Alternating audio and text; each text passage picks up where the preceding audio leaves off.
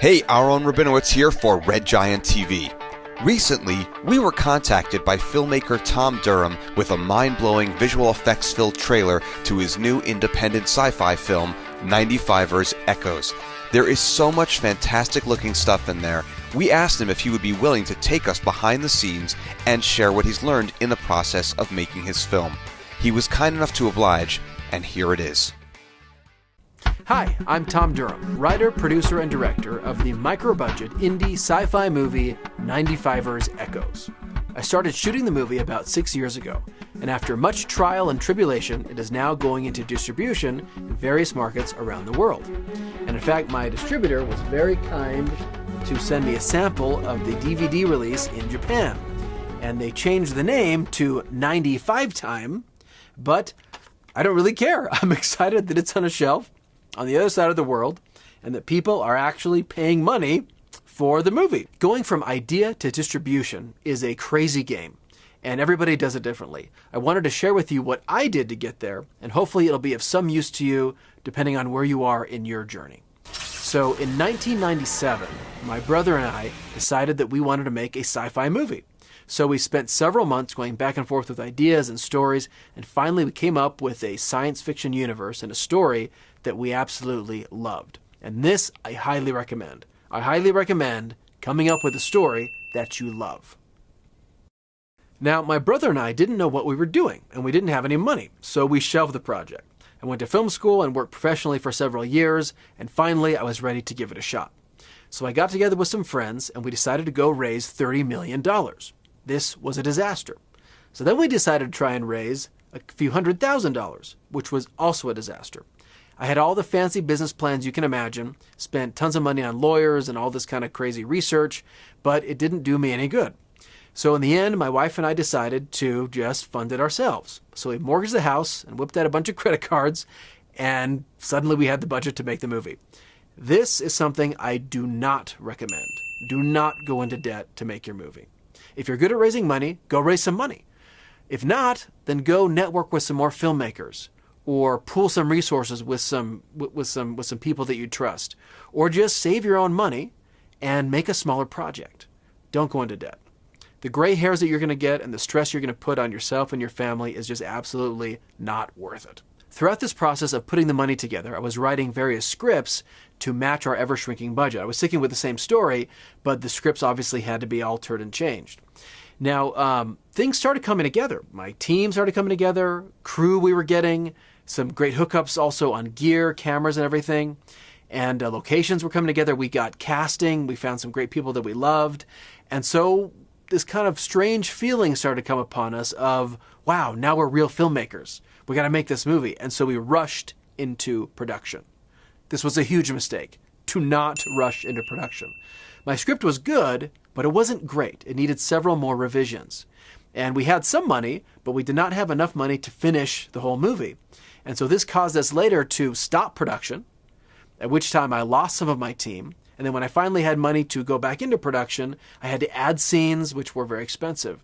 And so it ended up costing me a lot more than had I just waited and got everything together before I started. So over the next few years, we shot and we went broke, and we shot and we went broke, and we shot and we went broke. And there were many, many times that I wanted to just throw the footage in the river and give up. But thanks to wonderful friends and family who encouraged and supported, we just kind of kept going. And finally, my wife and I launched a Kickstarter campaign that, through awesome donations from all over the world, gave us the money we needed to keep the project alive.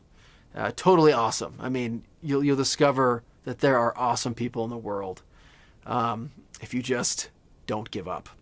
And in fact, that's my next tidbit of advice. Do not give up. Don't give up. If you have a worthwhile project and you love it, don't give up. You'll finish it. You'll make it. It'll be awesome.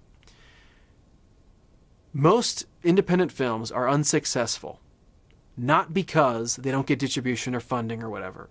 They're unsuccessful because they don't get finished. That's why.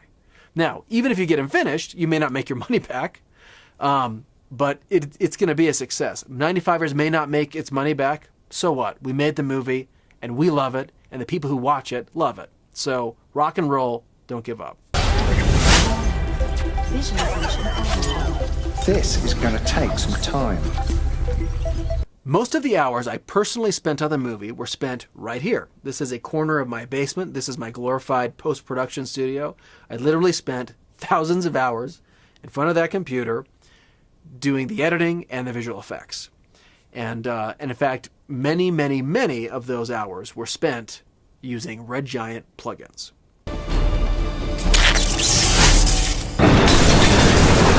This is ridiculous! As everyone knows, computer displays in the future are made of holographic bubbles, not the clumsy windows we have today.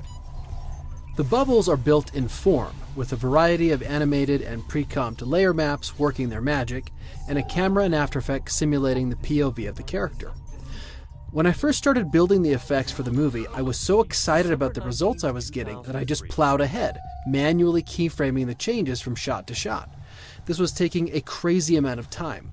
Fortunately, I realized that if I front-loaded my work, doing things like building expressions and carefully layering and pre-comping my projects, in the end, I'd be much better off.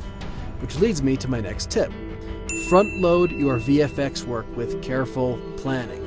That may seem like a no-brainer, and it is a no-brainer, but for some reason it's really easy to get carried away with a really cool effect you're doing and not doing the planning that will save you a lot of time.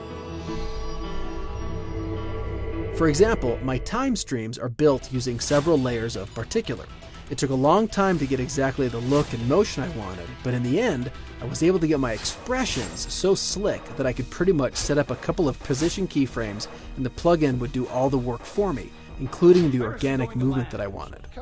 Particular's versatility was pretty incredible. I ended up using it for many things that I'd normally just make 3D layers for in After Effects. For example, the rings and the coordinate thingies along the timelines are particles, not layers. People warping and particleizing in and out of timelines is done with trapcode form with a splash of shine. In these effects, there is some roto to get the layer maps I needed, but again, if you take the time to develop a bit of a process, it goes more quickly. And really, avoid spending time reinventing the wheel on your effects. Unlock the power of the plugins and your graphics application.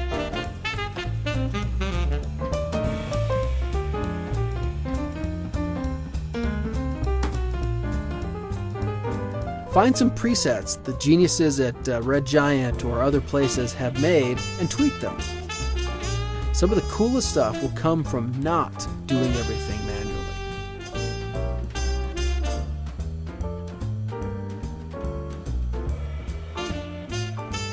As an FYI, I also used Form and Shine on print resolution still images, big enough for poster-size printing. Some of you old-school special effects enthusiasts might appreciate that 95ers makes heavy use of miniatures. Where are we? Where your husband used to work.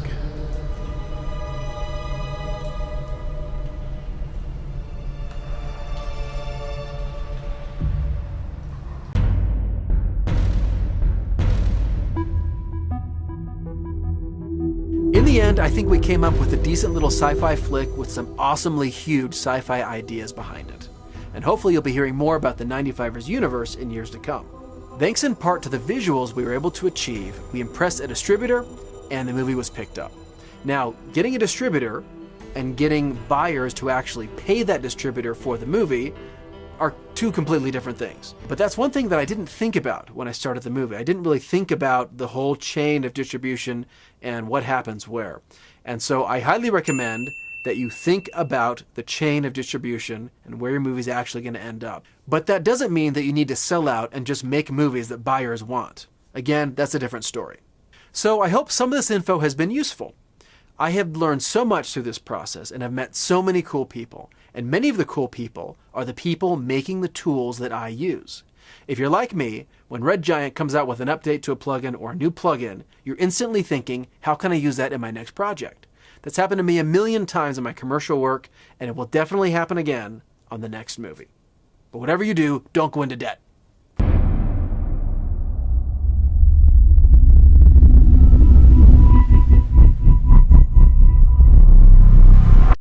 Thanks, Tom. That was awesome. We're glad that we've been able to help you tell your story. If you've enjoyed this behind-the-scenes look, check out the official website at www.95ers.com where you can watch the official trailer. And you can follow the film on Facebook at facebook.com/95ers. We'll also include some additional links in the show notes so that you can check out the trailer on YouTube and like it to help them promote the film. Don't forget, you can download a free trial of the Red Giant products that Tom used and more at redgiant.com. And if you like free stuff, head over to redgiantpeople.com where you can get tons of free presets for use with our products. And to keep up with the latest news, products, tutorials, films, or contests, follow us on Twitter, Facebook, and on our blog. Once again, I'm Aaron Rabinowitz for Red Giant TV. See you next time.